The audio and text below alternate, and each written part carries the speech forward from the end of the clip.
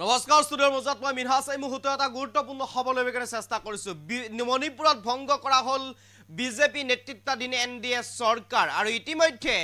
কালিৰ দিনটোৰ পৰা ৰাষ্ট্ৰপতি শাসন বলবৎ কৰা হৈছে মণিপুৰত আজিৰ পৰা 4 দিন পূৰ্বে মুখ্যমন্ত্ৰী এন বীৰেন সিঙে পদত্যাগ কৰিছিল আৰু পদত্যাগ পত্ৰ দাখিল কৰিছিল ৰাজ্যপালৰ হাতত তাৰ পিছতেই পৰৱৰ্তী মুখ্যমন্ত্ৰীৰ প্ৰাৰ্থী বিজেপিয়ে আজি 4টা দিন উকলি যোৱাৰ পিছতো বাছনি কৰি দিয়াত ব্যৰ্থ হ'ল আৰু যাৰ বাবে ভংগ কৰি দিয়া হ'ল বিজেপি নেতৃত্বাধীন এনডিএ চৰকাৰ মণিপুৰত আৰু এতিয়াৰে পৰা ৰাষ্ট্ৰপতিৰ শাসন বলবৎ কৰা হৈছে মণিপুৰত আৰু মণিপুৰৰ সমগ্ৰ শাসন ব্যৱস্থা এতিয়া থাকিব ৰাজ্যপালৰ হাতত ৰাজ্যপালগৰাকীয়ে এতিয়া চলাব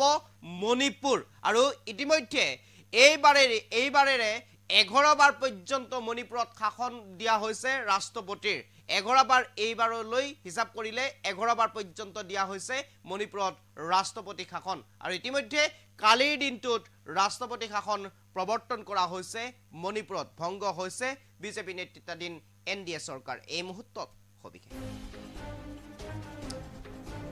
মণিপুৰত ভংগ কৰা হ'ল বিজেপি নেতৃত্বাধীন এনডিএ চৰকাৰ এতিয়াৰ পৰা মণিপুৰত বলবৎ হ'ল ৰাষ্ট্ৰপতি শাসন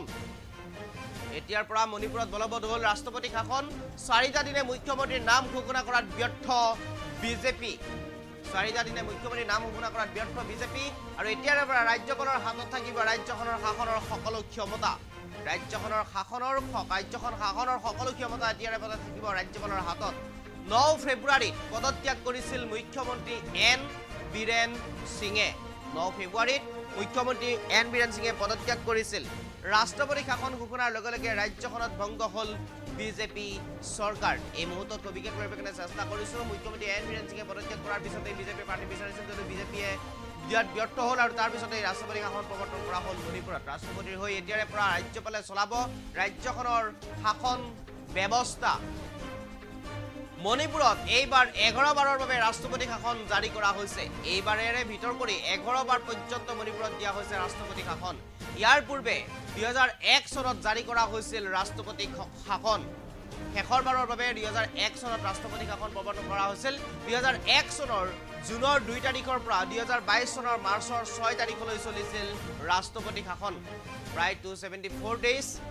2001 চনৰ পৰা 2001 চনৰ 2 জুনৰ পৰা 2002 চনৰ 6 মাৰ্চলৈ চলিছিল ৰাষ্ট্ৰপতি শাসন আৰু পুনৰ কালিৰ দিনটোৰ পৰা অৰ্থাৎ 13 ফেব্ৰুৱাৰীৰ পৰা 13 ফেব্ৰুৱাৰী 2025 পৰা এতিয়াৰ ৰাষ্ট্ৰপতি শাসন বলবৎ কৰা হৈছে মণিপুৰত আৰু ৰাষ্ট্ৰপতিৰ হৈ এতিয়াৰে পৰা ৰাজ্যপালে মণিপুৰখন চলাব মণিপুৰৰ ৰাজ্যপালৰ হাতত এন বীৰেন সিঙে পদত্যাগ পত্ৰ দাখিল কৰাৰ পিছতেই এই সিদ্ধান্ত লৈছে এতিয়া ৰাষ্ট্ৰপতিয়ে আৰু ইতিমধ্যে কালিৰ দিনটোত আমি উল্লেখ কৰিব লাগিব 2025 ৰ 13 ফেব্ৰুৱাৰীৰ তাৰিখৰ পৰা ৰাষ্ট্ৰপতিৰ শাসন বলবৎ হোৱাকৈ ইতিমধ্যে নটিফিকেশ্যন জাৰি কৰা হৈছে আৰু ৰাজ্যপালে এতিয়াৰে পৰা সকলো শাসন ব্যৱস্থা হাতত ৰাখিব এতিয়াৰে পৰা মণিপুৰ চলোৱাৰ দায়িত্ব ৰাজ্যপালৰ হাতত ৰাষ্ট্ৰপতিৰ হৈ ৰাজ্যপালে চলাব মণিপুৰ কিয়নো 9 ফেব্ৰুৱাৰী তাৰিখে বিজেপি নেতৃত্বাধীন এনডিএ চৰকাৰৰ মুখ্যমন্ত্ৰী এন বীৰেন সিঙে পদত্যাগ কৰিছিল এন বীৰেন সিঙে পদত্যাগ পত্ৰ ৰাজ্যপালৰ হাতত প্ৰদান কৰিছিল আৰু পদত্যাগ কৰাৰ পিছতেই বিজেপিৰ ফালৰ পৰা প্ৰাৰ্থী বাছনি কৰিবলৈ সময় দিয়া হৈছিল কিন্তু 4টা দিন উকলি গ'ল 4টা দিন উকলি যোৱাৰ পিছতো আজি পৰ্যন্ত কালি পৰ্যন্ত বিচাৰিব নোৱাৰিলে বিজেপিয়ে মুখ্যমন্ত্ৰী পদৰ প্ৰাৰ্থী আৰু যাৰ বাবে এনেদৰে এতিয়া ৰাষ্ট্ৰপতি শাসন বলবৎ কৰি দিয়া হৈছে এতিয়াৰে পৰা প্ৰৱৰ্তন কৰা হৈছে মণিপুৰত ৰাষ্ট্ৰপতি শাসন ৰাষ্ট্ৰপতিৰ হৈ শাসনভাৰ চলাব ৰাজ্যপালে